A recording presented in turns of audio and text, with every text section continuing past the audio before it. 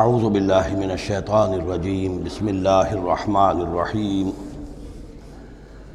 وما قدر اللہ حق قدرہ اذ قالوا ما انزل اللہ علی بشر من شیء قل من انزل الکتاب الذی جاء به موسیٰ نورا وہدی للناس تجعلونہ قراطیس تبدونہا وتخفون کثیرا وعلمتم ما لم تعلموا انتم ولا آباؤکم قل اللہ ثم ذرهم في خوضهم يلعبون وهذا كتاب أنزلناه مبارك مصدق الذي بين يديه ولتنذر القرى ومن حولها والذين يؤمنون بالآخرة يؤمنون به وهم على صلاتهم يحافظون صدق اللہ العظیم۔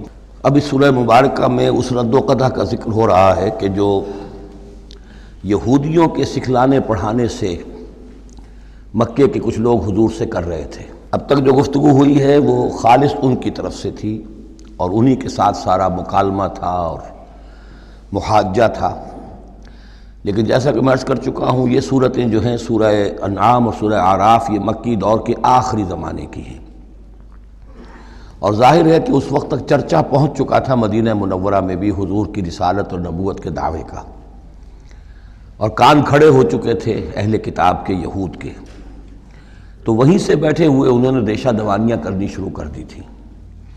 اور جیسے کہ ہم پڑھ چکے ہیں کہ جب زدم زدہ میں کوئی آ جائے تو وہ یہاں تک کہہ بیٹھتے تھے کہ ان مسلمانوں سے تو یہ مشرک بہتر ہیں جو بتوں کو پوجتے ہیں وغیرہ وغیرہ۔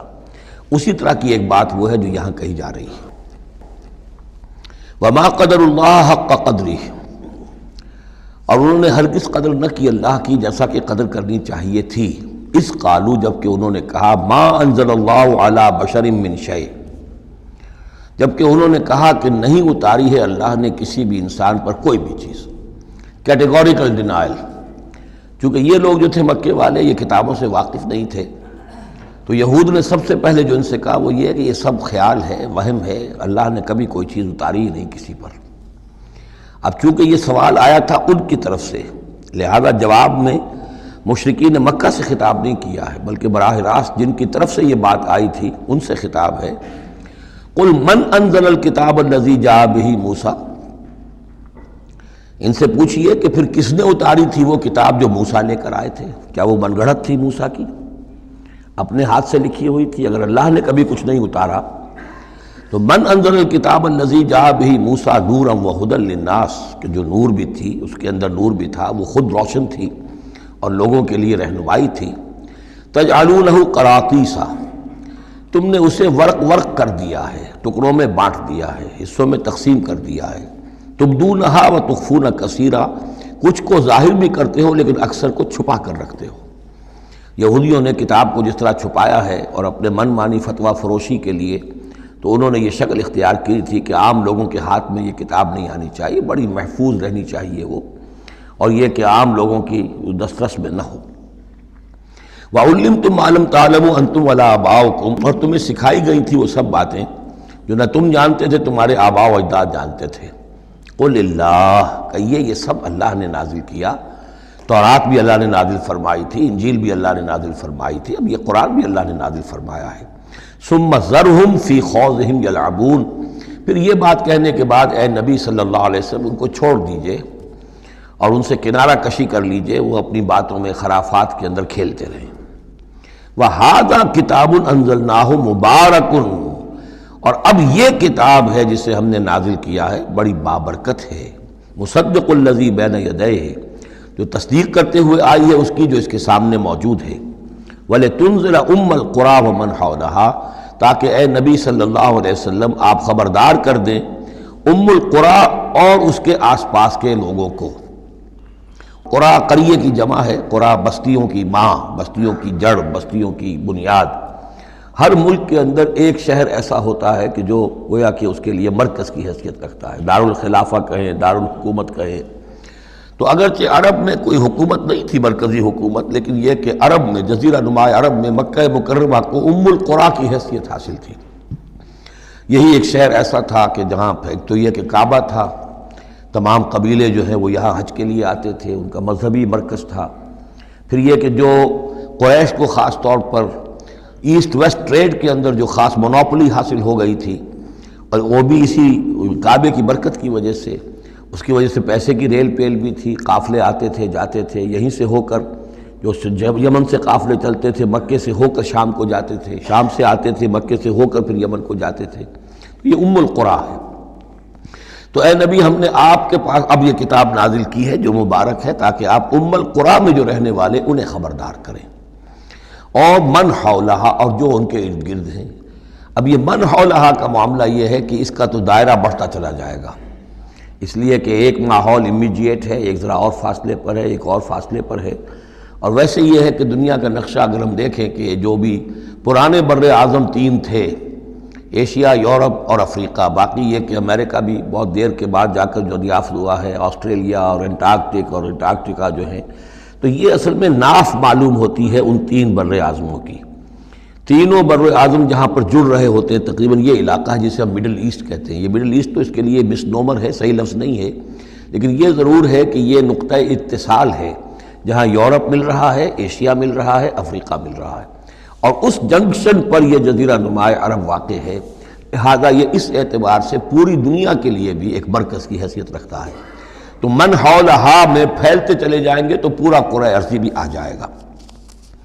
والذین یؤمنون بالآخرۃ یؤمنون بہ، اور وہ لوگ جو آخرت پر ایمان رکھتے ہیں، یعنی یہ کہ ان لوگوں میں سے بھی، مشرکین میں سے بھی، ایک تو وہ جو سرے سے منکر ہیں باس بعد الموت کے، لیکن جن کے ذہن میں کچھ بھی تصور ہے کہ نہیں ہے، اب یہ اٹھنا ہے، جواب دہی ہے، تو پھر یہ ہے کہ وہ اس پر ایمان لے آئیں گے. وہم علی صلاتہم یحافظون، اور وہ اپنی نمازوں کی حفاظت کرنے والے ہیں. اس میں اشارہ ہو رہا ہے کہ لوگ ایمان لے آئے ہیں، آخر مکے ہی میں سے تھے نا تمام صحابہ کرام مہاجرین. ومن اظلم ممن افترى علی اللہ کذبا، اس سے بڑھ کر ظالم کون ہوگا جس نے اللہ پر کوئی بات گھڑ کر منسوب کر دی، نمبر ایک. اور نمبر دو، او قال اوحی الی ولم یوحى الی شیء، اسی طرح اس شخص سے بڑھ کر ظالم کون ہوگا جو یہ کہے کہ مجھ پر وحی کی گئی ہے جبکہ اس پر کوئی وحی نہ کی گئی ہو. یعنی یہ دونوں باتیں برابر کے گناہ ہیں شناعت کے اعتبار سے. اللہ کی طرف کوئی شے منسوب کر دینا یا یہ کہنا کہ مجھ پر کوئی شے وحی کی گئی ہے، یہ دونوں باتیں برابر کی ہیں. تو ذرا سوچو کہ جو محمد صلی اللہ علیہ وسلم تمہارے سامنے موجود ہیں، کیا ان کی سیرت و کردار کی کوئی مناسبت ہے؟ ان کی زندگی کے اندر کوئی اور پہلو تم دیکھتے ہو ایسا کہ جو اتنے بڑے بڑے گناہوں کے ارتکاب کی بھی ان سے توقع رکھتے ہو؟ وَمَنْ قَالَ سَأُنزِلُ مِثْلَ مَا أَنزَلَ اللَّهُ، ایک اور تیسری بات ہے جو یہ کہے کہ میں بھی اتار سکتا ہوں جیسا کہ اللہ نے اتارا ہے. حالانکہ اس کا جیسا کہ قرآن مجید میں بار بار چیلنج آیا ہے، لیکن یہ کہ اس کا مقابلہ کسی نے نہیں کیا. پھر بھی یہ کہ زبان میں یہ الفاظ کہہ دینے کی حد تک کسی نے بکواس کر دی ہوگی. وَلَوْ تَرَىٰ إِذِ الظَّالِمُونَ فِي غَمَرَاتِ الْمَوْتِ، اور کاش کہ تم دیکھ سکتے جبکہ یہ ظالم موت کی سختیوں میں ہوں گے، نزع کے عالم میں ہوں گے. وَالْمَلَائِكَةُ بَاسِطُو أَيْدِيهِمْ، اور فرشتے اپنے ہاتھ آگے بڑھا رہے ہوں گے. اخرجوا انفسکم، نکالو اپنی جانیں. الیوم تجزون عذاب الہون بما کنتم تقولون علی اللہ غیر الحق، آج تمہیں نہایت اہانت آمیز سزا دی جائے گی، عذاب دیا جائے گا بسبب اس کے جو تم کہتے رہے تھے اللہ کی طرف منسوب کر کے ناحق باتیں. وکنتم عن آیاتہ تستکبرون، اور تم اللہ تعالیٰ کی آیات سے استکبار کر کے اعراض کرتے رہے تھے. وَلَقَدْ جِئْتُمُونَا فُرَادًا، اور پھر قیامت کے دن کہا جائے گا آ گئے ہو ہمارے پاس اکیلے اکیلے، کوئی تمہارے ساتھ لاؤ لشکر نہیں، کوئی تمہارے ساتھ ساز و سامان نہیں، تمہارے وہ خدم و حشم نہیں، کوئی تمہارے حمایتی نہیں، کوئی جماعت و جمعیت نہیں. کیونکہ یہ بات آگے بھی کہی گئی ہے سورہ مریم میں، وَكُلُّهُمْ آتِيهِ يَوْمَ الْقِيَامَةِ فَرْدًا، قیامت کے دن ہر شخص کا جو محاسبہ انفرادی حیثیت میں ہوگا. اور ظاہر بات ہے اکیلا آدمی کھڑا ہوگا، نہ اس کے رشتہ دار ہیں، نہ ماں باپ ہیں، نہ اولاد ہیں، نہ بیوی ہے، نہ بیوی کے ساتھ اس کا شوہر ہے، اور نہ ساز و سامان ہے، خدم و حشم ہے، کچھ بھی نہیں. لَقَدْ جِئْتُمُونَا فُرَادًا كَمَا خَلَقْنَاكُمْ أَوَّلَ مَرَّةٍ، جیسے کہ ہم نے تمہیں پیدا کیا تھا پہلی مرتبہ. اب یہ نوٹ کیجئے، خَلَقْنَاكُمْ أَوَّلَ مَرَّةٍ، اس کا مطلب ہے تخلیق دو مرتبہ ہوئی ہے. ایک تخلیق عالم ارواح میں ہوئی تھی، اس وقت بھی سب اکیلے اکیلے کھڑے تھے، نہ کوئی کسی کا باپ تھا، نہ کوئی کسی کی ماں تھی. ارواح کے مابین کوئی رشتہ داری نہیں تھی. یہ رشتہ داریاں تو پھر عالم خلق میں ہوئی ہیں آ کر، کہ ایک باپ اور ماں کا معاملہ ہے، پھر اولاد کا معاملہ ہے، پھر دادا اور پوتے کا معاملہ ہے، یہ ارواح کے مابین کوئی اس طرح کی رشتہ داری نہیں تھی۔ تو جیسے کہ ہم نے تمہیں پیدا کیا تھا پہلی مرتبہ کہ تمام انسان وہاں موجود تھے، فرق صرف یہ ہے کہ قیامت کے دن جب ہم کھڑے ہوں گے تو ہمیں ایک جسم بھی اور دیا جائے گا، لیکن جس وقت ہم تھے اللہ تعالیٰ کے پاس اس وقت عالم ارواح میں، اور جب ہم سے عہد لیا گیا تھا الست بربکم قالوا بلی، تو مجرد ارواح تھی، اس وقت کوئی جسم نہیں تھا۔ لیکن یہ کہ وہ جو اس کے اندر مشابہت ہے کہ جیسے اس وقت بھی حضرت آدم سے لے کر ان کی نسل کے آخری انسان تک جو دنیا میں ہوگا قیامت تک، وہ سب کے سب ان کی ارواح موجود تھیں، اسی طریقے سے قیامت کے دن بھی یہ سب کے سب کھڑے ہوں گے۔ وَتَرَكْتُم مَّا خَوَّلْنَاكُمْ، اور تم چھوڑ آئے ہو اپنے پیچھے جن چیزوں میں کہ ہم نے تمہیں لپیٹ دیا تھا۔ یہ اصل میں کیا ہے؟ میری ایک انا ہے، میری ایک روح ہے، وہ میرے جسم میں لپٹی ہوئی ہے۔ پہلا غلاف تو یہ جسم ہے، پھر اس غلاف کے اوپر کپڑوں کا غلاف ہے، کپڑوں کے اوپر پھر مکان کا غلاف ہے۔ ہم غلاف در غلاف جو ہے، ہماری جو اصل حقیقت ہے، وہ جو اصل نفس الامری ہے ہماری روح، وہ در حقیقت ان غلافوں میں لپٹی ہوئی ہے۔ تو جو بھی غلاف ہم نے تم پر چڑھا دیے تھے وہ سب چھوڑ آئے ہو، وراء ظہورکم، اپنے پیچھے۔ وما نرى معكم شفعاءكم الذين زعمتم انهم فيكم شركاء، اور ہم دیکھ نہیں رہے تمہارے ساتھ کہ تمہارے وہ سفارشی نہیں آئے جن کے بارے میں تمہیں گھمنڈ ہو گیا تھا کہ وہ تمہارے معاملے میں شریک ہیں، سفارش کریں گے، تمہیں بچا لیں گے، چھڑا لیں گے ہمارے محاسبے سے، ہماری پکڑ سے۔ لقد تقطع بینکم، اب تمہارے مابین سارے رشتے ٹوٹ چکے۔ یعنی چاہے انہوں نے حضرت مسیح کو سمجھا ہو شفاعت کرنے والا، تو مسیح بھی اعلان برات کریں گے کہ میرا تم سے کوئی تعلق نہیں ہے، میں کوئی تمہاری شفاعت نہیں کر سکتا۔ کسی نے شیخ عبد القادر جیلانی کو سمجھا ہو تو وہ بھی اعلان برات کریں گے۔ باقی موہوم جو ہے لات عزا منات، وہ کس بلا کا نام ہے یہ تو ہم جانتے ہی نہیں، لیکن جن کو اولیاء اللہ کو، انبیاء کو یا ملائکہ کو اگر سمجھا گیا تھا تو وہ بھی قد تقطع بینہم، وہ سارے رشتے جو ہیں وہ کٹ جائیں گے۔ قد تقطع بینکم وضل عنکم ما کنتم تزعمون، اور اب سب ہوا ہو گئی ہیں، وہ چیزیں گم ہو گئی ہیں، تم سے جاتی رہیں جن کا کہ تم زوم کیا کرتے تھے، جن کے سہارے پر تم حرام خوریاں کر رہے تھے۔ ان اللہ فالق الحب والنوا، یقیناً اللہ ہی ہے کہ جو دانے اور گٹھلی کو پھاڑتا ہے۔ دیکھیے عالم خلق کے اندر کیا شکل ہو رہی ہے کہ دانہ زمین میں ڈالا آپ نے، وہ پھٹتا ہے، اس میں سے دو کونپلیں سی نکلتی ہیں، یا آم کی گٹھلی ہے زمین میں دبائی ہے، گٹھلی پھٹے گی، اس میں سے دو پتے نکلیں گے۔ یہ کون کر رہا ہے؟ اگرچہ بظاہر خود بخود ہو رہا ہے، جو بھی اللہ تعالیٰ نے فزیکل اور کیمیکل چینجز کے یہاں پہ قوانین بنا دیے ہیں اس کے تحت ہو رہا ہے، لیکن کرنے والا کون ہے؟ فاعل حقیقی کون ہے؟ جیسا کہ شیخ عبد القادر جیلانی ہی کا نام آیا تھا رحمۃ اللہ علیہ، تو انہوں نے اپنے جو وصایا ہیں ان میں بڑا پیارا جملہ لکھا ہے کہ میرے بچے، اپنے بچے کے لیے وصیت لکھی تھی، اس حقیقت کو ہر وقت مستحضر رکھنا کہ لا فاعل فی الحقیقت ولا مؤثر الا اللہ، حقیقت میں مؤثر اور فاعل اللہ کے سوا کوئی نہیں۔ تاثیر ہے تو اس کی بنا پر ہے، اس کے اذن سے ہے۔ کوئی فعل کا ارادہ تم کر سکتے ہو، لیکن فعل کا بالفعل انجام پذیر ہونا یہ تمہارے اختیار میں نہیں ہے، یہ تو اللہ کے حکم سے ہوگا۔ ان اللہ فالق الحب والنوا، یقیناً اللہ ہی ہے پھاڑنے والا دانے اور گٹھلی کا۔ یخرج الحی من المیت ومخرج المیت من الحی، وہ نکالتا ہے مردہ زندہ کو مردہ میں سے، اور وہ نکالنے والا ہے مردہ کو زندہ میں سے۔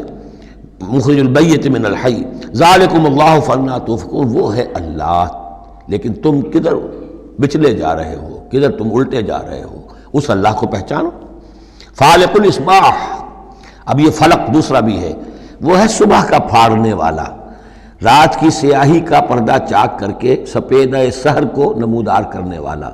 یہ بھی خود بخود ہو رہا ہے، زمین کی گردش ہے، جو بھی ہے اس کے تحت ہو رہا ہے، لیکن یہ بھی یہ نہ سمجھیں کہ یہ بھی اللہ تعالیٰ کے تصرف کے بغیر اور اس کی تدبیر کے بغیر ہے، بلکہ یہی ہوگا فالق الاصباح، صبح کی روشنی کا پھاڑنے والا۔ وجعل اللیل سکنا والشمس والقمر حسبانا، اب دیکھیے یہ ہے وہ آلاء اللہ جن کے حوالے سے اللہ کی عظمت، اللہ کی صفات، اللہ کی قدرت، ان سب چیزوں کو نمایاں کیا جا رہا ہے۔ التذکیر بآلاء اللہ۔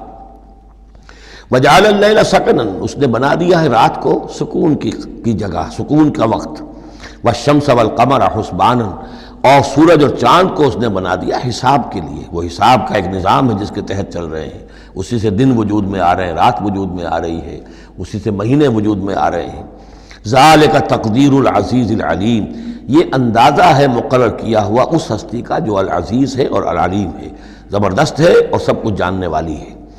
وَهُوَ الَّذِي جَعَلَ لَكُمُ النُّجُومَ لِتَهْتَدُوا بِهَا فِي ظُلُمَاتِ الْبَرِّ وَالْبَحْرِ، اور وہی ہے کہ جس نے ستاروں کو بنا دیا ہے تمہارے لیے کہ ان سے تم راستہ پاؤ۔ اندھیری راتوں کے اندر قافلے چلتے تھے تو ستاروں سے وہ سمت معین کر کے چلتے تھے، اسی طریقے سے جہاز رانی ہوتی تھی سمندر میں تو آپ کو معلوم ہے ستاروں ہی سے وہ اپنا رخ معین کرتے تھے۔ لِتَهْتَدُوا بِهَا فِي ظُلُمَاتِ الْبَرِّ وَالْبَحْرِ، خشکی اور سمندر کی تاریکیوں میں تم ان ستاروں سے راستہ پاتے ہو۔ قد فصلنا الآیات لقوم یعلمون، ہم نے تو اپنی آیات کو واضح کر دیا، اس کی تفصیل بیان کر دی، کھول کھول کر بیان کیا ان لوگوں کے لیے جو علم رکھتے ہیں یا جو علم حاصل کرنا چاہیں۔ وَهُوَ الَّذِي أَنشَأَكُم مِّن نَّفْسٍ وَاحِدَةٍ، اور وہی ہے کہ جس نے تمہیں اٹھایا ایک جان سے۔ یہ سب جو ہے ظاہر بات ہے کہ ایک جان سے بنا ہے، جو بھی پوری کی پوری یہ جو نسل انسانی بنی ہے وہ ایک جان سے بنی ہے۔ اس میں یہ بھی ہو سکتا ہے کہ مراد حضرت آدم علیہ السلام ہو، اور یہ بھی ہو سکتا ہے اگر کوئی حقیقت ہے ایولیوشن تھیوری میں تو اس کو آپ ٹریس کریں اور امیبا تک لے جائیں، وہ بھی ایک جان ہے۔ اس جان سے ہی پھر مختلف ارتقائی مراحل طے کرتے ہوئے، اس میں پہلے کوئی سیکس نہیں تھا، پھر ہوتے ہوتے سیکس ظاہر ہوا، تو اسی سے خلق منہا زوجہا والی بات جو ہے، اور اس پر ڈاکٹر رفیع الدین مرحوم نے قرآن اور علم جدید جو ان کی کتاب ہے اس میں بہت عمدہ تحقیق ان کی ہے، اور مولانا امین اصغر اصلاحی صاحب نے بھی اس کی تصویر کی ہے۔ تو جن لوگوں کو دلچسپی ہو اس کتاب کا مطالعہ کریں کہ یہ ایک جان سے پیدا کرنے کا مطلب کیا ہے۔ فَمُسْتَقَرٌّ وَمُسْتَوْدَعٌ، اس نے بنایا تمہیں ایک جان سے، لیکن پھر یہ کہ تمہارے لیے ایک تو مستقل ٹھکانہ ہے اور ایک ہے کچھ دیر کے لیے امانت کے طور پر رکھے جانے کی جگہ۔ اب یہ مستقر کیا ہے، مستودع کیا ہے، اس میں تین قول ہیں مفسرین کے۔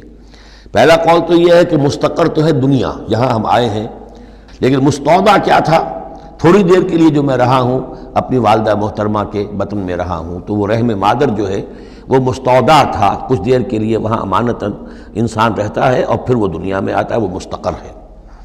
دوسری رائے یہ ہے کہ مستقر تو آخرت ہے اور قبر ہے مستودع، قبر میں رکھا جاتا ہے انسان کو، اور یہ گویا کہ عالم برزخ جو ہے یہ عارضی ودیعت کرنے کی جگہ ہے، عارضی طور پر امانتاً رکھنے کی جگہ ہے، پھر جانا ہے۔ مستقر جو ہے وہ آخرت ہے۔ تیسری رائے یہ ہے کہ مستقر آخرت ہے اور مستودع دنیا ہے، دنیا میں جو وقت ہم گزار رہے ہیں یہ آخرت کے مقابلے میں بہت ہی عارضی ہے۔ اس حوالے سے اسے بھی کہا جا سکتا ہے کہ یہ بہت ہی عارضی سی امانت کی جگہ ہے۔ قد فصلنا الآیات لقوم یفقہون، ہم نے تو اپنی آیات کو واضح کر دیا ہے اور تفصیل بیان کر دی ہے ان لوگوں کے لیے جو تفقہ سے کام لیں، غور کریں، سوچیں سمجھیں۔ وَهُوَ الَّذِي أَنزَلَ مِنَ السَّمَاءِ مَاءً، اور وہی ہے کہ جس نے اتارا ہے آسمان سے یا بلندی سے پانی۔ فَأَخْرَجْنَا بِهِ نَبَاتَ كُلِّ شَيْءٍ، پھر ہم نے نکال دیا اس کے ذریعے سے ہر شے کی نباتات، اگنے والی ہر شے جو ہے نباتات زمین سے نکالی۔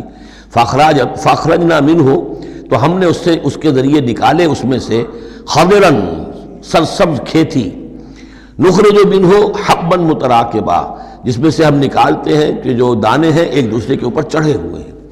اب سٹا ہے تو چاہے وہ کوئی کسی بھی یعنی اس کا ہے اناج کا، اب کس طریقے سے کہ دانے کے اوپر دانہ چڑھا ہوا ہوتا ہے، حبا متراکبا، یہ دانے ایک دوسرے کے اوپر چڑھے ہوئے ہوتے ہیں۔ وَمِنَ النَّخْلِ مِن طَلْعِهَا قِنْوَانٌ دَانِيَةٌ، اور کھجور کے گابھے میں سے گوشے ہوتے ہیں کہ جو لٹکتے ہوئے ہوتے ہیں۔ وَجَنَّاتٍ مِّنْ أَعْنَابٍ، اور باغات ہم نے بنا دیے ہیں جو کہ کھجور انگوروں کے ہیں۔ وَالزَّيْتُونَ، اور زیتون، وَالرُّمَّانَ، اور انار، مُشْتَبِهًا وغیر متشابہ، ایسے بھی جو ایک دوسرے سے ملتے جلتے ہیں رنگ میں، روپ میں، شکل میں، اور ایسے بھی ہیں کہ جن میں کچھ فرق ہے۔ انظروا إِلَىٰ ثَمَرِهِ إِذَا أَثْمَرَ، ذرا غور سے دیکھا کرو اس کے ثمر کو جب کہ وہ پکتا ہے، کیسا تدریجاً اس کے اندر، ابھی بڑا کچا پھل ہے، پھر اس کے اندر وہ پکنے کا عمل کس طرح تدریجاً ہو رہا ہے۔ انظروا الی ثمرہ، ان ثمرات کو دیکھا کرو، اذا اثمر، جب کہ وہ پکتے ہیں، پھل لاتے ہیں، وینعہ، اور اس کے پکنے کو بھی دیکھو، اذا اینعا، یہ گویا کہ یہاں محذوف ہوگا، وینعہ اذا اینعا، انظروا الی ثمرہ اذا اثمر، دیکھو اس کے پھل لانے کو جب کہ وہ پھل لائے، وینعہ اذا اینعا، اور اس کے پکنے کو دیکھو کس طرح تدریجاً وہ پکتا ہے۔ ان فی ذالکم لآیات لقوم یؤمنون، یقیناً اس میں ہیں نشانیاں ان لوگوں کے لیے جو ایمان لانا چاہیں یا جو ایمان رکھتے ہوں۔ جن کے پاس تھوڑا ایمان ہے ان آیات پر غور کریں گے، ایمان بڑھ جائے گا، ایمان میں اضافہ ہوگا، زادتہم ایمانا، اور جن کے دلوں میں طلب ہدایت ہے انہیں انہی نشانیوں سے ایمان کی دولت نصیب ہو جائے گی۔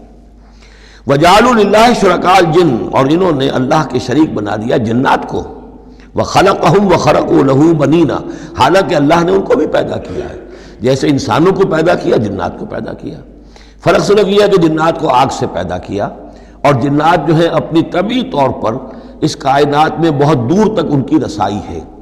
ہم جہاں بڑے بڑے راکٹ جو ہیں billions and billions of dollars کے لیے ایک بناتے ہیں، اور پھر اس کی ایک جو ہم گاڑی بنائی ہے اور وہ جاتی ہے اور دوڑتی ہے اور آتی ہے، شٹل ہے، اور اس پر کتنا پیسہ خرچ ہوتا ہے، یہ تمام جو ہے جنات کے لیے یہ سارا علاقہ ان کی آمد و رفت کے لیے وہ اپنی طبعی صلاحیت کے بنا پر جاتے آتے رہتے ہیں، جس میں کہ ہمیں جانے کے لیے یہ ساری کچھ ایجادات جو ہیں وہ کرنی پڑی ہیں۔ لیکن یہ کہ بہرحال وہ بھی ہیں تو مخلوق، جیسے کہ فرشتے ان سے بھی آگے کی شے ہیں، لیکن ہیں وہ بھی مخلوق، فرشتے بھی مخلوق ہیں، جنات بھی مخلوق ہیں، انسان بھی مخلوق ہیں۔ وَجَعَلُوا لِلَّهِ شُرَكَاءَ الْجِنَّ، انہوں نے شریک بنا لیا جنات کو اللہ کے ساتھ، وَخَلَقَهُمْ، اس نے ان کو پیدا کیا ہے، وَخَرَقُوا لَهُ بَنِينَ وَبَنَاتٍ، اور اس کے لیے انہوں نے گھر لیے ہیں بیٹے اور بیٹیاں۔ حضرت عیسیٰ کو بیٹا بنا دیا گیا، حضرت عزیر کو بیٹا بنا دیا گیا، اور اللہ تعالیٰ کی فرشتوں کو کہہ دیا گیا وہ بیٹیاں ہیں، بغیر علم، بغیر اس کے کہ کوئی علمی سند ہو، کوئی بنیاد ہو، کوئی دلیل ہو۔ سبحانہ و تعالی عما یصفون، وہ پاک ہے اور بہت بلند و بالا ہے ان تمام چیزوں سے جو یہ بیان کر رہے ہیں۔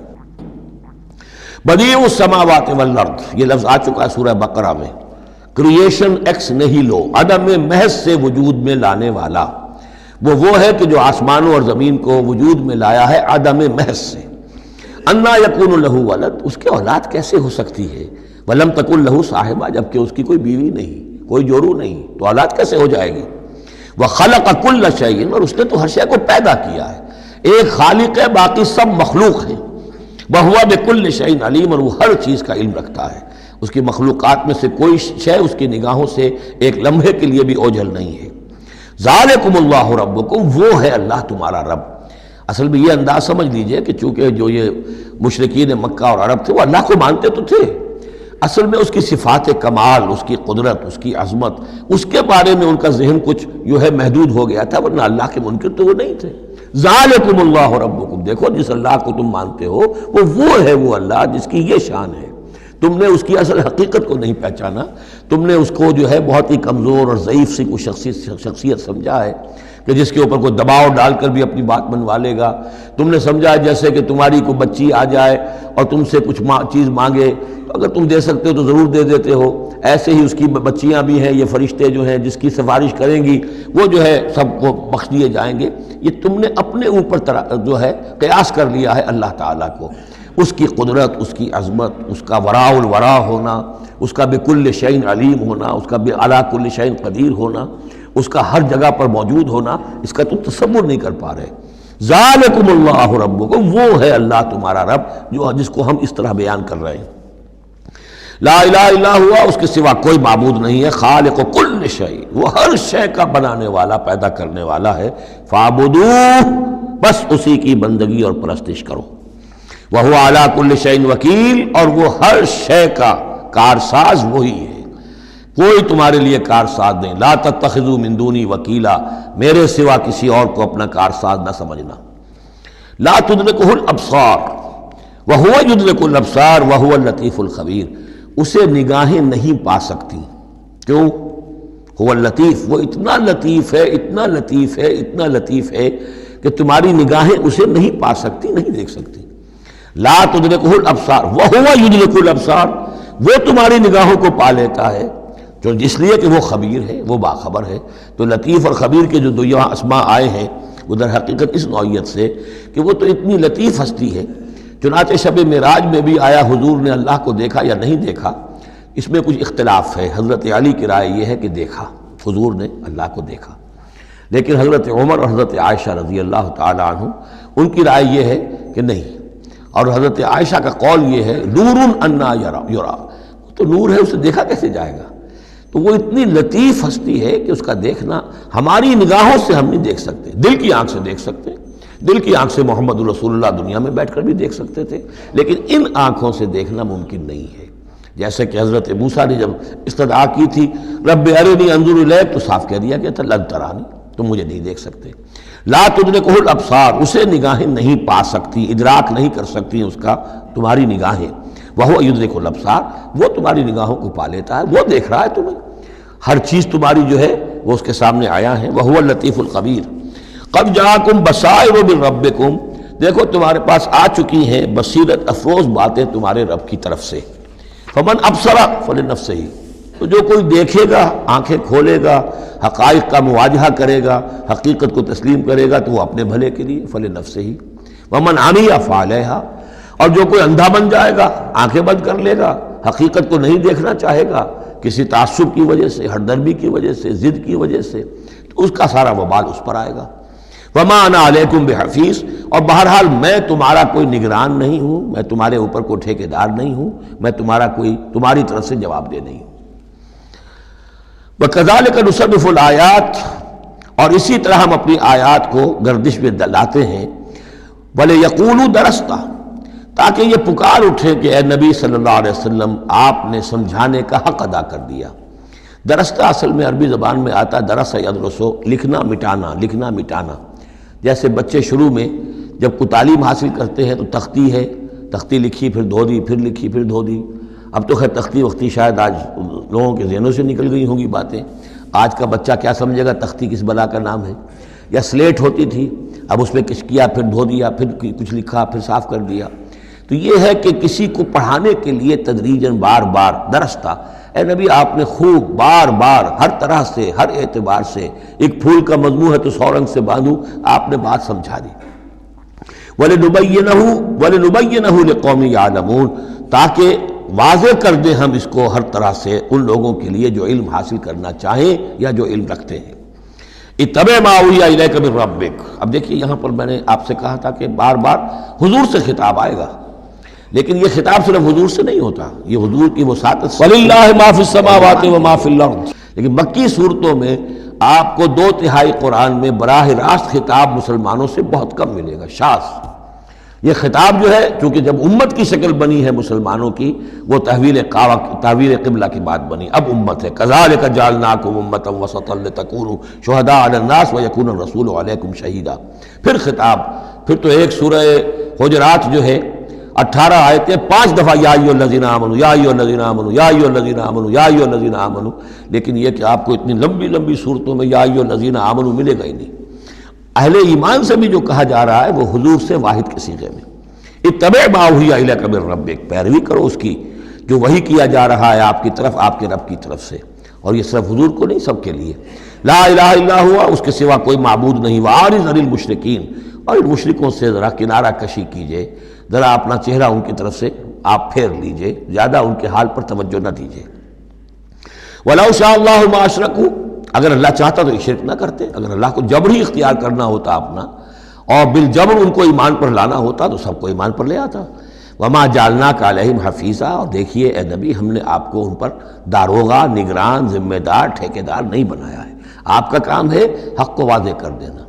انذر بہی، ذکر بہی، بشر بہی، اس قرآن کے ذریعے بشارت دیتے رہیے، قرآن کے ذریعے خبردار کرتے رہیے، قرآن کے ذریعے تذکیر کرتے رہیے، آپ کا کام یہ ہے۔ فذکر انما انت مذکر لست علیہم بمسیطر، یاد دہانی کرائیے، اس لیے کہ آپ یاد دہانی کرانے والے ہیں، آپ ان کے اوپر داروغہ نہیں ہیں۔ وما انت علیہم بوکیل ولا تسبوا الذین یدعون من دون اللہ فیسبوا اللہ عدوا بغیر علم۔ اب یہاں مسلمانوں سے خطاب ہے، لیکن دیکھیے یا ایھا الذین آمنوا نہیں ہے، یہ خاص ہے قرآن کے اسلوب کو سمجھنے کے لیے۔ اور مت گالیاں دو ان کو، برا بھلا کہو ان کو جن کو یہ پکارتے ہیں اللہ کے سوا، یعنی کوئی جوشیلا نوجوان مسلمانوں میں سے اور وہ گالیاں دینی شروع کر دے لات اور عزا اور منات کو، کیا ہے یہ، کچھ نہیں ہے، ان کی کوئی حیثیت نہیں ہے، تو یہ ساری چیزیں ٹھیک نہیں ہیں۔ ان کے وہ محترم انہوں نے جو بھی گھڑے ہوئے ہیں، ان کے ذہنوں میں ان کی عظمت ہے، ان کی عقیدت ہے، خام خواہ وہ جوش میں آ کے، غصے میں آ کے اب اللہ کو گالیاں دینے لگیں گے، تو اس سے یہ کہ خام خواہ اس طرح کا اشتعال آمیز انداز اختیار نہ کرو۔ ولا تسبوا الذین یدعون من دون اللہ، مت گالیاں دو یا برا بلا کہو انہیں جنہیں یہ پکارتے ہیں اللہ کے سوا، فیسبوا اللہ عدوا بغیر علم، تو اللہ کو گالیاں دینے لگ جائیں گے زیادتی کے اندر آ کر، زدم زدہ میں آ کر، بغیر علم کے۔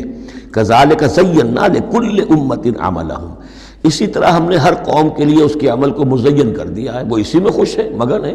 ہمارے آباء و اجداد کی مورتیاں ہیں، یہ دیویاں ہیں، دیوتا ہیں، اس میں مگن ہیں، ان کے احساسات ہیں، ان کے جذبات ہیں۔ سمجھاؤ ضرور، انذار کرو، تبشیر کرو، تذکیر کرو، تبلیغ کرو، نصیحت کرو، سب کچھ کرو، لیکن یہ ہے کہ ان کے ساتھ گالم گلوچ نہیں اور ان کے معبودوں کو برا بھلا کہنا نہیں۔ ثم الی ربہم مرجعہم، پھر ان کے ربی کی طرف ان سب کو لوٹنا ہے، فینبئہم بما کانوا یعملون، وہ ان کو جتلا دے گا جو کچھ کہ وہ کرتے رہے تھے۔ واقسموا باللہ جہد ایمانہم، اور وہ قسمیں کھا کھا کر کہتے ہیں، اب یہ وہی آ گیا جو عمود ہے اس سورہ مبارکہ کا، کچھ عرصے سے اس کچھ رکوعوں سے اس کا تذکرہ نہیں آیا تھا، اب پھر بڑے شد و مت کے ساتھ وہی بات، دکھاؤ ہمیں معجزہ، دکھاؤ ہم ایمان لے آئیں گے۔ کیوں نہیں دکھاتے معجزہ؟ نبوت کا دعویٰ ہے، رسالت کا دعویٰ ہے، عام دعویٰ تو نہیں کر رہے ہو تم، کیوں نہیں کوئی معجزہ دکھاتے؟ جب خود کہتے ہو کہ موسیٰ نے دکھائے، عیسیٰ نے دکھائے، فلاں نے دکھائے، قوم سمود کو دکھا دیا گیا معجزہ، تو آخر کیا قیامت آ گئی؟ ہمیں کیوں نہیں معجزہ دکھاتے؟ وَأَقْسَمُوا بِاللَّهِ جَهْدَ أَيْمَانِهِمْ، اور اپنے عوام پر اثر ڈالنے کے لیے قسم، خدا کی قسم ہے محمد ہم ایمان لے آئیں گے، آپ دکھائیے تو صحیح ایک دفعہ معجزہ۔ کیا بگڑتا تھا ان کا قسمیں کھانے میں؟ اقسموا باللہ جہد ایمانہم، وہ اللہ کی قسمیں کھا رہے ہیں اپنی پوری قوت کے ساتھ، شد و مت کے ساتھ۔ لئن جاءتہم آیۃ لیؤمنن بہا، اگر آیت آ جائے، نشانی آ جائے، معجزہ دکھا دیا جائے، وہ لازماً ایمان لے آئیں گے۔ قل انما الآیات عند اللہ، کہہ دیجئے نشانیاں تو سب اللہ کے اختیار میں، میرے اختیار میں نہیں، اللہ کا فیصلہ وہ نہیں دکھانا چاہتا۔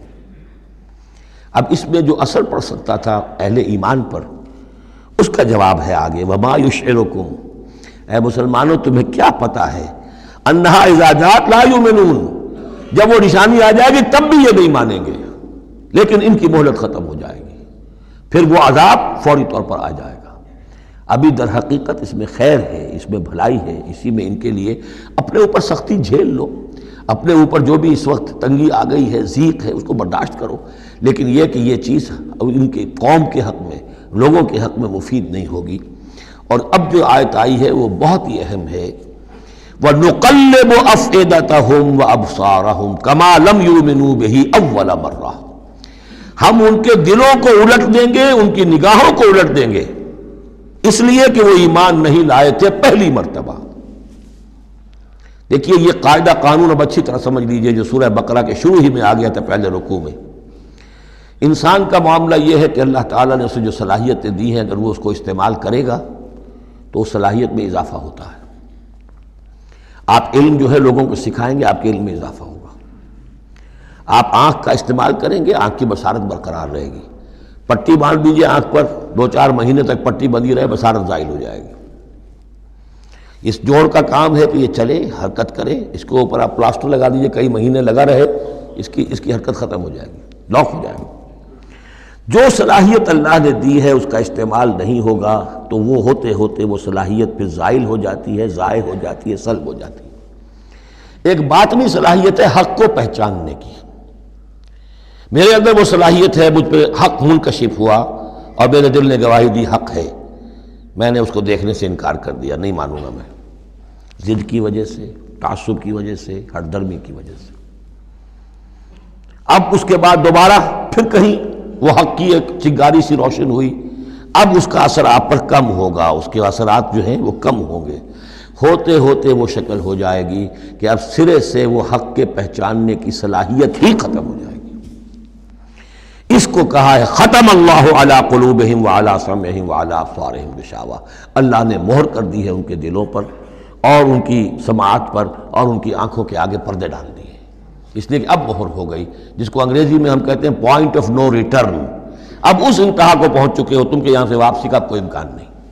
ہر معاملے میں کوئی ایک وقت ہوتا ہے کہ ابھی آپ واپس جا سکتے ہیں، کوئی پسپائی کوئی اختیار کر سکتے ہیں، کوئی واپس جا سکتے ہیں، کوئی شرافت کے ساتھ کہیں جو ہے وہ آپ ریٹریکٹ کر سکتے ہیں اپنے سٹیپس کو، ایک حد کے بعد پھر ممکن نہیں ہوتا۔ اسی کو یہاں کہا ہے کہ چونکہ جب پہلی مرتبہ حق ان پر منکشف ہو گیا، اللہ نے حجت قائم کر دی، حق منکشف ہو گیا، پہچان لیا ان کے دل نے، ان کی روح نے کہ بصیرت باطنی نے کہ یہ حق ہے، تو فوراً مان لیتے تو خیریت تھی۔ چونکہ انہوں نے نہیں مانا تو اب تو ہم ان کے دلوں کو الٹ دیں گے، 100 معجزے بھی دیکھ لیں گے تو یہ ایمان نہیں لائیں گے۔ وَنُقَلِّبُ أَفْئِدَتَهُمْ وَأَبْصَارَهُمْ، ہم الٹ دیں گے ان کے دلوں کو بھی، ان کی نگاہوں کو بھی، كَمَا لَمْ يُؤْمِنُوا بِهِ أَوَّلَ مَرَّةٍ، جیسے کہ وہ ایمان نہیں لائے تھے پہلی مرتبہ۔ وَنَذَرُهُمْ فِي طُغْيَانِهِمْ يَعْمَهُونَ، ان کو چھوڑ دیں گے اپنی سرکشی کے اندر بڑھتے چلے جائیں۔ یہی وہ لفظ آ گیا جو شروع میں سورہ بقرہ کے آ چکا ہے، باطنی اندھاپا جو ہے، ایک ہے عین میم یہ آنکھوں کا اندھا ہو جانا، ایک ہے عین میم ہے دل کا اندھا ہو جانا۔ ہم چھوڑ دیں گے یہ باطنی جو ان کی ذہنی، نفسیاتی اور اخلاقی جو ان کی گمراہیاں ہیں اور جو اندھیارے ہیں ان میں بھٹکتے ہوئے چھوڑ دیں گے۔ وَلَوْ أَنَّنَا نَزَّلْنَا إِلَيْهِمُ الْمَلَائِكَةَ، اب پھر خطاب ہو رہا ہے، اگر ہم ان کے اوپر فرشتے اتار دیتے، یعنی ان کو جو یہ کہہ رہے ہیں کہ فرشتہ آیا، فرشتوں کی فوجیں اتار سکتے ہیں، دکھا سکتے ہیں کہ فرشتہ آسمان سے اتر رہا ہے۔ وَكَلَّمَهُمُ الْمَوْتَى، اور خواہ ان سے موت مردہ جو ہے قبروں سے نکل کر بات کرتے ہیں۔ وَحَشَرْنَا عَلَيْهِمْ كُلَّ شَيْءٍ قُبُلًا، اور ہر چیز ہم لا کر ان کے سامنے رو در رو کر دیتے، جمع کر دیتے۔ مَا كَانُوا لِيُؤْمِنُوا إِلَّا أَن يَشَاءَ اللَّهُ، تب بھی یہ نہیں ہے ایمان لانے والے الا یہ کہ اللہ چاہے۔ تو اللہ چاہے اور کسی کے اندر اس کی اگر طلب ہے تو اللہ تعالیٰ ان معجزوں کے بغیر بھی لوگوں کی آنکھیں کھول رہا ہے۔ جو ایمان لائے ہیں وہ معجزے دیکھ کر تو نہیں لائے، وہ طالب حق تھے، انہیں حق جو ہے مل گیا۔ وَلَٰكِنَّ أَكْثَرَهُمْ يَجْهَلُونَ، لیکن ان کی اکثریت جو ہے وہ جاہلوں پر مشتمل ہے، اور جاہل سے مراد جذباتی لوگ جو عقل سے کام نہیں لیتے بلکہ اپنے جذبات کے اندر کے اعلی کار بن جاتے ہیں۔ اگلی آیت جو ہے یہ بھی بہت اہم ہے، ایک فلسفہ دین کے اعتبار سے، بلکہ فلسفہ تحریک، دعوت و تحریک کے اعتبار سے بہت اہم ہے۔ وَكَذَلِكَ جَعَلْنَا لِكُلِّ نَبِيٍّ عَدُوًّا شَيَاطِينَ الْإِنسِ وَالْجِنِّ، اور اسی طرح ہم نے ہر نبی کے دشمن بنا دیے انسانوں اور جنوں میں سے شیطان، ہم نے بنا دیے۔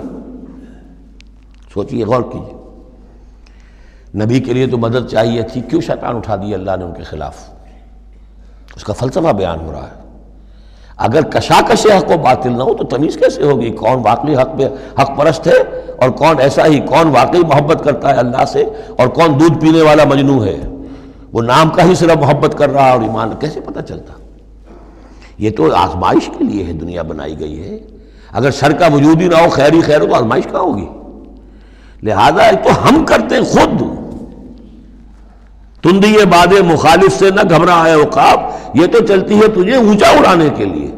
یہ تو تمہارے لیے چیلنج ہے، اہل ایمان کے لیے چیلنج ہے۔ ان کے مرتبے اونچے ہوتے ہیں، جو جتنا سفر کر رہا ہے، جو جتنی استقامت دکھا رہا ہے، جو جتنا اثار کر رہا ہے، اتنے ہی تو اس کے رتبے بلند ہوں گے، ورنہ کیسے حفظ مراتب ہوگا؟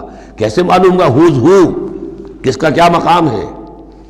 وَكَذَلِكَ جَعَلْنَا لِكُلِّ نَبِيٍّ، ہم نے خود اٹھائے، ہم نے بنائے ہر نبی کے لیے دشمن شیاطین الانس والجن، شیاطین جن و انس، یوحی بعضهم الی بعض زخرف القول غرورا، وہ ایک دوسرے کو اشاروں کنایوں میں وحی سے وہ ایسی باتیں، ملمہ کی ہوئی باتیں، فریب والی باتیں جو ہے وہ کرتے رہتے ہیں، ایک دوسرے کو گمراہ اور کرنے کے لیے، ایک دوسرے کے لیے اور سپورٹ کرنے کے لیے۔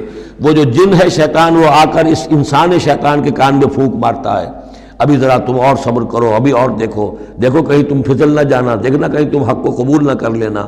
تو یہ ان کا آپس میں جو ہے گٹھ جوڑ، اس لیے کہ ہم نے خود ان کو یہ چھوٹ دی ہے۔ وَكَذَلِكَ جَعَلْنَا لِكُلِّ نَبِيٍّ عَدُوًّا شَيَاطِينَ الْإِنسِ وَالْجِنِّ يُوحِي بَعْضُهُمْ إِلَىٰ بَعْضٍ زُخْرُفَ الْقَوْلِ غُرُورًا وَلَوْ شَاءَ رَبُّكَ مَا فَعَلُوهُ، اور اگر آپ کا رب چاہتا تو وہ یہ نہ کر سکتے۔ ظاہر بات ہے کہ یہ کائنات میں کوئی پتا بھی اللہ کے اذن کے بغیر ہل نہیں سکتا۔ ابو جہل کی کیا مجال تھی کہ حضرت سمیہ کو شہید کر دیتا؟ ہے کون وہ؟ لیکن یہ تو اللہ کی طرف سے اجازت ہے، اس کا ہاتھ شل ہو جاتا، وہ ہاتھ جو اٹھا ہے برچا لے کر ان کی شرمگاہ میں مارنے کے لیے، تو کیا وہ ہاتھ وہیں کا وہیں شل نہ ہو جاتا اللہ کے حکم سے؟ لیکن نہیں، اذن رب ہے، ٹھیک ہے، ہماری اس بندی کو آزما لو جتنا آزمانا ہے، لیکن جتنا تم آزما رہے ہو تمہیں کیا اندازہ ہوگا اس کے رتبے جو ہے ہمارے ہاں کتنے بلند سے بلند تر ہوتے چلے جا رہے ہیں، تم کیا جانو؟ یا لیت قومی یعلمون بما غفر لی ربی وجعلنی من المکرمین، کاش میری قوم کو معلوم ہو جائے، میری بیوی رو رہی ہوگی، میرے بچے رو رہے ہوں گے کہ ہمارا باپ جو ہے وہ شہید کر دیا گیا، کاش وہ جان سکتے کہ مجھے میرے رب نے کیا میرا اعزاز فرمایا ہے، میں یہاں کس عیش و آرام میں ہوں۔ ان کے رونے کا کیا سوال، وہ خوشیاں مناتے۔ تو یہ صورتحال ہے۔ وَلَوْ شَاءَ رَبُّكَ مَا فَعَلُوهُ فَذَرْهُمْ وَمَا يَفْتَرُونَ، تو چھوڑیے آپ ان کو، جو یہ افتراء کر رہے ہیں کرنے دیجئے، یہ ہماری سنت ہے، ہمارا طریقہ ہے، ہمارا فلسفہ یہی ہے۔ وَلِتَصْغَىٰ إِلَيْهِ أَفْئِدَةُ الَّذِينَ لَا يُؤْمِنُونَ بِالْآخِرَةِ وَلِيَرْضَوْهُ وَلِيَقْتَرِفُوا مَا هُمْ مُقْتَرِفُونَ، تاکہ مائل ہو جائیں ان کی طرف ان لوگوں کے دل جو آخرت پر ایمان نہیں رکھتے۔ یہاں دیکھیے اصل میں کیا بات ہے کہ جیسے الیکٹروسس ہوتا ہے، پانی کو الیکٹرولسس جب ہوتا ہے، ایک پازیٹیو ایک نیگیٹو، اب وہ جو آئنز ہیں وہ ادھر ادھر ہو جائیں گے۔ تو اللہ تعالیٰ نے حق و باطل کی کشاکش رکھی ہے، اس کشاکش کا نتیجہ کیا ہے؟ آئونائزیشن ہو جائے گی، حق اور باطل کا جو ہے، حق والے ادھر کو جمع ہو جائیں گے، باطل والے ادھر جمع ہو جائیں گے۔ اور اس کے لیے جو ہے یہ اس معاشرے کے اندر، انسانی معاشرے کے اندر یہ تقسیم، یہ تمییز، جیسے کہ ہم سورہ آل عمران میں پڑھ چکے ہیں، حتیٰ یمیز الخبیث من الطیب، یہ خبیث اور طیب جو ہے گڑبڑ ہوئے ہوئے ہیں۔ یہ آزمائشیں آتی ہیں، تکلیفیں آتی ہیں، امتحانات آتے ہیں، تو خبیث علیحدہ اور طیب علیحدہ، منافق علیحدہ، صاحب ایمان علیحدہ۔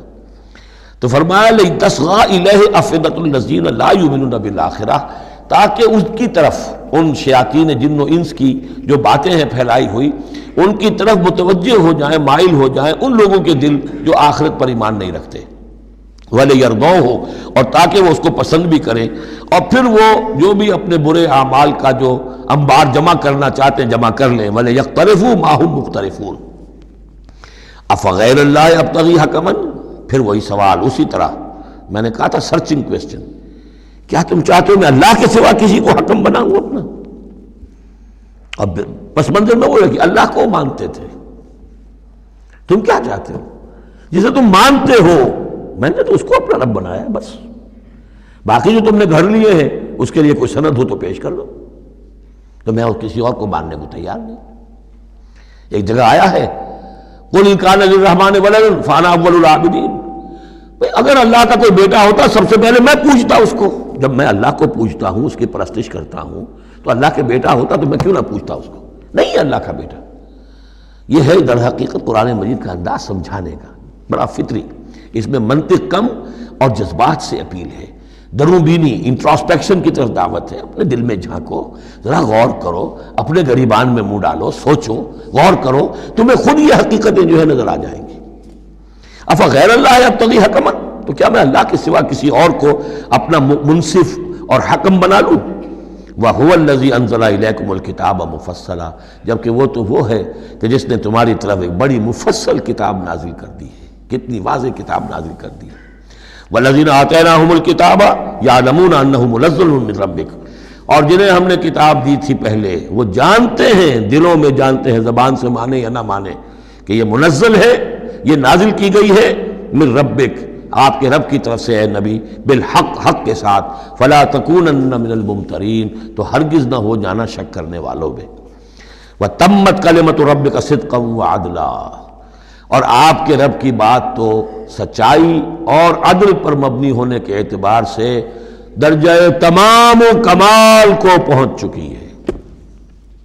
تمت کلمۃ ربک، تیرے رب کی بات پوری ہو چکی، مکمل ہو چکی۔ الیوم اکملت لکم دینکم واتممت علیکم نعمتی وتمت کلمۃ ربک صدقا وعدلا، اس کی ہر بات صداقت پر اور ہر بات اس کی عدل پر مبنی ہے، اور اس اعتبار سے وہ نقطہ کمال کو پہنچ چکی ہے۔ لا مبدل لکلماتہ، اس کی باتوں کا کوئی بدلنے والا نہیں۔ وہو السمیع العلیم، وہ سب کچھ سننے والا اور جاننے والا ہے۔ وَإِن تُطِعْ أَكْثَرَ مَنْ فِي الْأَرْضِ يُضِلُّوكَ عَنْ سَبِيلِ اللَّهِ، اور اگر تم پیروی کرو گے زمین میں بسنے والوں کی اکثریت کی، تو وہ تو تمہیں اللہ کے راستے سے لازماً گمراہ کر دے گی۔ یہ بڑی اہم آیت ہے قرآن مجید کی جدید جمہوری نظام کی نفی کے لیے۔ جمہوریت ایک طرز حکومت ہے کہ جس میں بندوں کو گنا کرتے ہیں، تولا نہیں کرتے۔ قرآن کہہ رہا ہے زمین کی اکثریت جو ہے، اگر تو فیصلہ کن یہی بات ہے اکثریت کدھر اقلیت کدھر، تو اکثریت تو دنیا میں ہمیشہ باطل پرستوں کی رہی ہے۔ دور صحابہ میں صحابہ کتنے تھے؟ پوری دنیا کی آبادی کے حساب سے گنتی کیجئے، لاکھ میں ایک نہیں بنے گا۔ اس حوالے سے غور کریں۔ ان تطع اکثر من فی الارض یضلوک عن سبیل اللہ. اصل بات کیا ہے؟ ہاں ایک جگہ اکثریت آ سکتی ہے، موٹی موٹی باتیں جو دین کی ہیں وہ تو اس بنیاد پر مانی جائیں گی کہ اللہ اور اس کے رسول نے یہ فرمایا ہے، یہ لینڈ مارکس ہیں. اس کے اندر اندر مباحات کے درمیان فیصلہ اکثریت کی بنیاد پر کر لیا جائے. شراب حرام ہے وہ تو سرو نہیں کی جا سکتی. آپ کے ہاں کوئی دعوت ہونی ہے، کوئی تقریب ہے، اب اس میں سوچ رہے ہیں کہ کیا سرو کیا جائے. بھائی شراب تو حرام ہے، اللہ اور اس کے رسول کا حکم ہے، وہ تو سرو نہیں ہو سکتی. اب یہ کہ شربت جو ہے روح افزا سرو کیا جائے یا 7 اپ یا اسپرائٹ سرو کیا جائے، یہ مباحات میں سے یا اکثریت کا فیصلہ کر لیجیے، کوئی بات نہیں، جو اکثریت کی رائے ہو. لیکن ایبسولوٹ اتھارٹی اکثریت کے پاس، ساورنٹی اکثریت کے پاس، انا للہ و انا الیہ راجعون. وَإِن تُطِعْ أَكْثَرَ مَن فِي الْأَرْضِ يُضِلُّوكَ عَن سَبِيلِ اللَّهِ. ساورنٹی اللہ کے پاس رہے گی، اس کا حکم اپنی جگہ پر. باقی مباحات کے دائرے میں آپ اکثریت کی رائے پر بھی چل سکتے ہیں. ان یتبعون الا الظن، یہ نہیں پیروی کر رہے مگر صرف ظن و تخمین کی، اٹکل پچوں کی. وَإِنْهُمْ إِلَّا يَخْرُصُونَ، اور یہ نہیں کچھ کر رہے سوائے اس کے کہ کچھ اندازے انہوں نے مقرر کیے ہیں. ان ربک هو اعلم من يضل عن سبیلہ، آپ کا رب خوب واقف ہے ان سے کہ جو اس کے راستے سے بھٹک چکے ہیں. وهو اعلم بالمہتدین، اور وہ خوب واقف ہے ان سے بھی جو ہدایت کی راہ پر ہیں. فَكُلُوا مِمَّا ذُكِرَ اسْمُ اللَّهِ عَلَيْهِ إِن كُنتُم بِآيَاتِهِ مُؤْمِنُونَ، تو کھاؤ ان چیزوں میں سے جن پر اللہ کا نام لیا گیا ہے اگر تم اس کی آیات پر ایمان رکھتے ہو. یہ پھر وہی جو عرب کے اندر مشرکوں میں جو جاہلی تصورات تھے، توہمات تھے، تو ان کو پھر رد کرنے کے لیے، بلکہ پھر نہیں کہنا چاہیے، یہ تو مکی صورتیں ہیں، یہ کام تو ہو چکا تھا.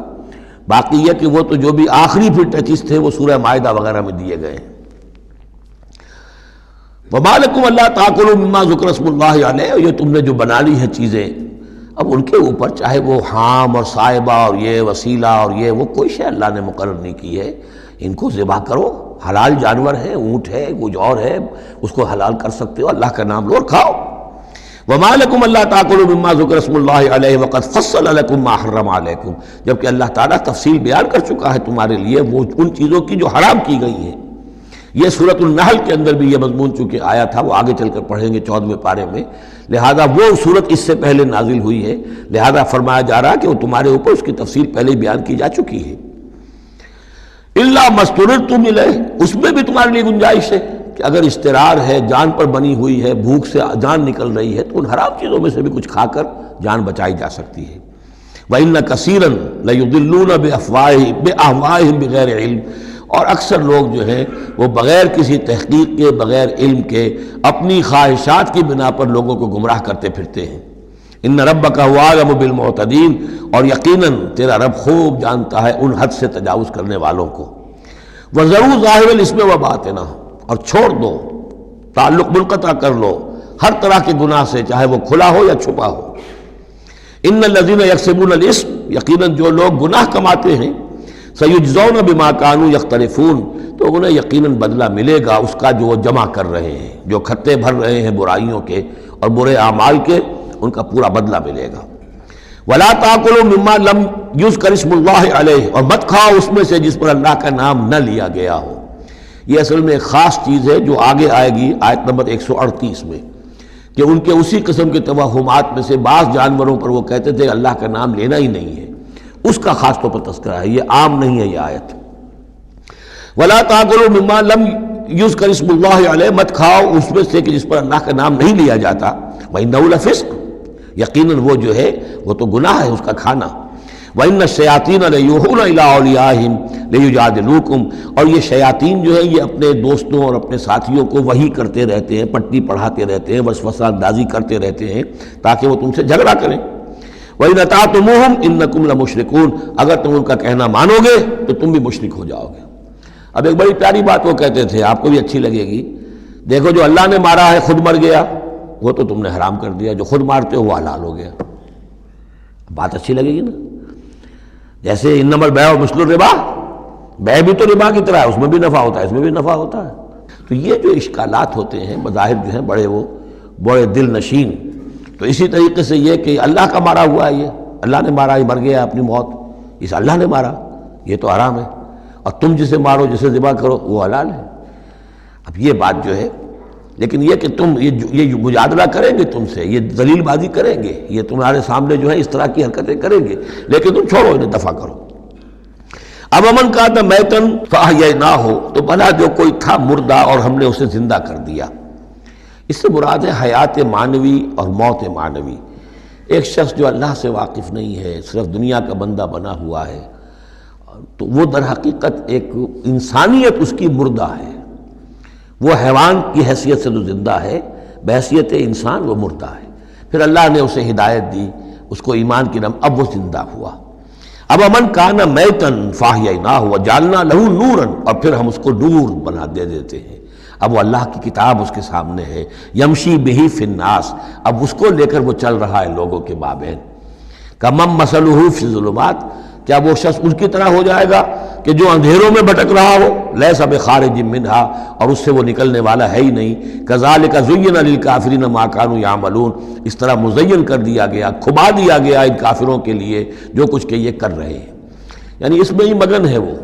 لیکن ایک وہ شخص تھا جس کو پہلے ہوش نہیں تھا، توجہ نہیں تھی، حضرت عمر ہے رضی اللہ تعالیٰ عنہ، 6 سال لگ گئے۔ حضرت حمزہ ہے 6 سال لگ گئے، 6 سال میں ایمان لا رہے ہیں۔ لیکن پھر یہ ہے کہ اللہ نے ہدایت دے دی، اس کے بعد یہ ہے کہ وہ نور قرآن مجید بھی موجود ہے، اب چل رہے ہیں، آگے بڑھ رہے ہیں، سر فروشیاں کر رہے ہیں۔ اب ایک وہ جو بھٹکتے ہی رہے ساری عمر اور اسی اندھیاروں کے اندر ہی جانے دے گئے۔ وَكَذَلِكَ جَعَلْنَا فِي كُلِّ قَرْيَةٍ أَكَابِرَ مُجْرِمِيهَا، اسی طرح ہم نے ہر بستی میں بڑے بڑے مجرم کھڑے کیے، لِيَمْكُرُوا فِيهَا، تاکہ وہ اس میں خوب چالیں چلیں۔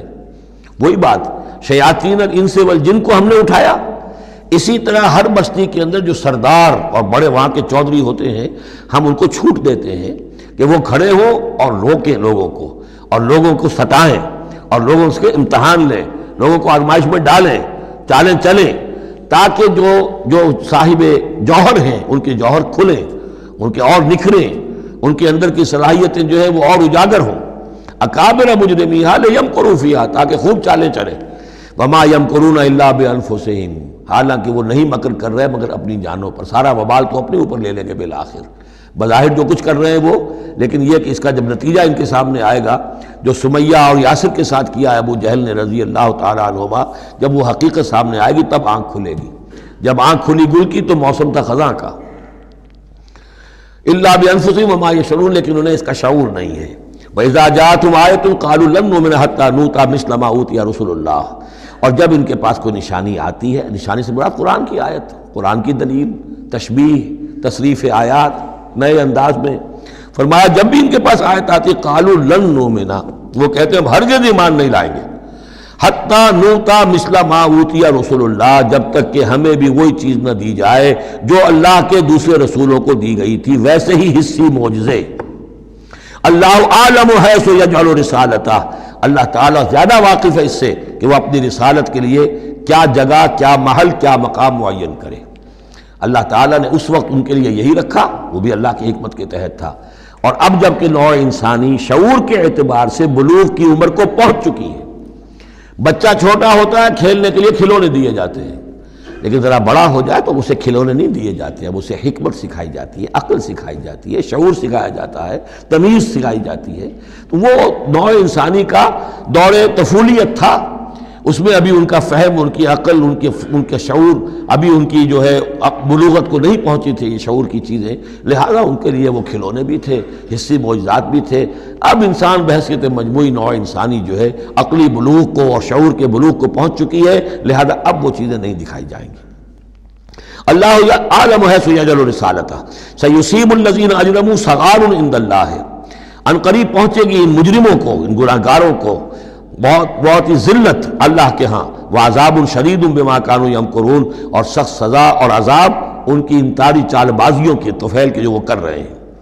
فمن یرید اللہ ان یہدیہ یشرح صدرہ للاسلام، تو اللہ تعالیٰ جس کے لیے بھی چاہتا ہے کہ اس کو ہدایت کے دروازے اس کے لیے کھول دے، اس کے سینے کو اسلام کے لیے کھول دیتا ہے۔ یہ ایک بڑی معنوی حقیقت ہے، اس پہ غور کیجئے گا۔ شرح صدر، الم نشرح لک صدرک، یہ جو حضور کے لیے خاص طور پر شرح صدر جو ہے اللہ تعالیٰ نے ایک بہت بڑے احسان کے طور پر بیان فرمایا، الم نشرح لک صدرک، اس شرح صدر کی ہر مسلمان کو دعا کرنی چاہیے۔ اللہم ربنا نور قلوبنا بالایمان واشرح صدورنا للاسلام، اے اللہ ہمارے دلوں کو تو نور ایمان سے منور فرما دے اور ہمارے سینوں کو اسلام کے لیے کھول دے۔ اس کے معنی کیا ہے؟ اللہ ہمارے اندر وہ باطنی بصیرت پیدا کر دے کہ اسلام کی ہر چیز ہمیں ٹھیک نظر آئے، ہاں یہی تو ٹھیک ہے، یہی تو ہونا چاہیے، منطقی ہے، معقول ہے، کہیں چیز اپرائے گی نہیں۔ انسان کی فطرت جو ہے اتنی مطابقت محسوس کرے گا انسان کہ دیکھنا تقریر کی لذت کہ جو اس نے کہا میں نے یہ جانا کہ گویا یہی میرے دل میں تھا، اس لیے کہ اس کا اپنا سینہ جو ہے اللہ تعالیٰ نے اسلام کے لیے کھول دیا ہے۔ تو یہ شرح صدر جو ہے اللہ تعالیٰ کی طرف سے بہت بڑی نعمت ہوتی ہے۔ فَمَن يُرِدِ اللَّهُ أَن يَهْدِيَهُ، اللہ جس کو ہدایت دینا چاہتا ہے یشرح صدرہ للاسلام، اس کے سینے کو اسلام کے لیے کھول دیتا ہے۔ وَمَن يُرِدْ أَن يُضِلَّهُ، اور جس کے بارے میں وہ طے کر دے کہ اس کو تو اب گمراہی ہی پر رکھنا ہے، یجعل صدرہ ضیقا، اس کے سینے کو تنگ کر دیتا ہے، حرجن، بہت ہی تنگ اندر سے، کانما یصعد فی السماء، ایسے محسوس کرتا ہے جیسے اسے آسمان پر چڑھنا پڑ رہا ہے، جیسے اونچائی پر چڑھتے ہوئے سانس پھول جاتا ہے، آدمی کو معلوم ہوتا ہے کہ میرا شاید دل دھڑک دھڑک کر باہر ہی نکل آئے گا۔ یہ ہے کہ ان کو حق کا قبول کرنا اتنا مشکل ہو جاتا ہے۔ جس شخص کا کے لیے اللہ تعالیٰ کی طرف سے شرح صدر ہے وہ حق کو قبول کرتا ہے، تکلیف بھی آتی ہے تو بڑی آسانی سے جھیل جاتا ہے، اور ایک وہ ہے کہ ذرا سا امتحان آ گیا تو معلوم ہوا کہ بس قیامت ٹوٹ پڑی، اور اب تو ایک قدم اور اٹھانا جو ہے، اور جس کو ہم کہتے ہیں قدم من بھر کے پاؤں جو ہے من بھر کے ہو گئے، بوجھل ہو گیا انسان، وہ بات نہیں۔ فرمایا کذالک یجعل اللہ الرجس علی الذین لا یؤمنون، اور اسی طریقے سے اللہ تعالیٰ عذاب یا گندگی ڈال دیتا ہے ان پر جو ایمان نہیں لاتے۔ وَهَذَا صِرَاطُ رَبِّكَ مُسْتَقِيمًا، اور یہ ہے تیرے رب کا سیدھا سیدھا راستہ۔ قَدْ فَصَّلْنَا الْآيَاتِ لِقَوْمٍ يَذَّكَّرُونَ، ہم نے اپنی آیات خوب تفصیل سے بیان کر دی ہیں ان لوگوں کے لیے جو تذکر اخذ کرنا چاہیں، نصیحت حاصل کرنا چاہیں، ہدایت حاصل کرنا چاہیں۔ لَهُمْ دَارُ السَّلَامِ عِندَ رَبِّهِمْ، ان کے لیے سلامتی والا گھر ہے ان کے رب کے پاس، جنت کے لیے یہ دوسرا لفظ ہے دار السلام۔ وَهُوَ وَلِيُّهُمْ، وہی ان کا مددگار ہے، پشت پناہ ہے، وہی ان کا حمایتی ہے، ان کا دوست ہے۔ بما کانوا یعملون، بسبب ان کے عمل کے، وہ جو عمل کر رہے ہیں انہوں نے اللہ کی دوستی عرم کی ہے، انہوں نے اپنی قربانیوں سے، اپنے ایثار سے، اپنی محنتوں سے جو جد و جہد کی ہے، جو مشقتیں جھیلی ہیں، تو انہوں نے بما کانوا یعملون، اس کی وجہ سے وہ گویا کہ اللہ تعالیٰ کی دوستی کے مستحق ہو گئے ہیں۔ وَهُوَ وَلِيُّهُمْ بِمَا كَانُوا يَعْمَلُونَ وَيَوْمَ يَحْشُرُهُمْ جَمِيعًا، اور جس دن کہ وہ جمع کرے گا ان کو سب کو، یا معاشر الجن، اللہ تعالیٰ فرمائے گا اے جنوں کی جماعت، قد استکثرتم من الانس، واقعتاً تم نے تو انسانوں میں سے بہتوں کو ہتھیا لیا۔ جو کہا تھا اس بڑے جن نے، عزازیل نے، کہ تو دیکھے گا وما تجد اکثرهم شاکرین، کہ ان کی اکثریت شکر کرنے والی نہیں ہو گئی، تو گویا کہ ایک طرح کا شاباش جو ہے اللہ تعالیٰ کی طرف سے ان کو دی جائے گی۔ یا معاشر الجن قد استکثرتم من الانس، تم نے تو بہت سے انسانوں کو ہتھیا لیا۔ وقال اولیاؤہ من الانس، اور جو ان کے ساتھی تھے انسانوں میں سے ان کی غیرت ذرا جاگے گی کہ اللہ تعالیٰ نے یہ کیا کہہ دیا کہ ان جنات نے ہمیں جو ہے ہتھیا لیا اور شکار کر لیا۔ ربنا، وہ یہ کہیں گے ربنا استمتع بعضنا ببعض، پروردگار ہم میں سے بعض نے بعض سے فائدہ اٹھایا، ہم ان سے کام لیتے رہے، یہ ہم سے کام لیتے رہے، ہم نے ان کو موکل بنایا، ان کے ذریعے سے غیب کی خبریں، کہانت کی دکانیں چمکائیں۔ قال اولیاء من الانس ربنا استمتع بعضنا ببعض وبلغنا اجلنا الذي اجلت لنا، اور اب ہم اپنی اس مدت کو پہنچ چکے جو تو نے ہمارے لیے مقرر کر دی تھی۔ قال النار مسواکم، اللہ فرمائے گا اب آگ ہے تمہارا ٹھکانہ، خالدین فیہا الا ما شاء اللہ، اب تم رہو گے اسی میں ہمیشہ ہمیش سوائے اس کے جو اللہ چاہے۔ ان ربک حکیم علیم، یقیناً تیرا رب حکیم اور علیم ہے۔ وکذالک نولی بعض الظالمین بعضا بما کانوا یکسبون، اور اسی طرح ہم ساتھی بنا دیتے ہیں اور ملا دیتے ہیں بعض ظالموں کو بعض ظالموں کے ساتھ ان کے کرتوتوں کی وجہ سے، ان کی کبائی کی وجہ سے۔ بارک اللہ لی ولکم فی القرآن العظیم ونفعنی وإیاکم بالآیات والذکر الحکیم۔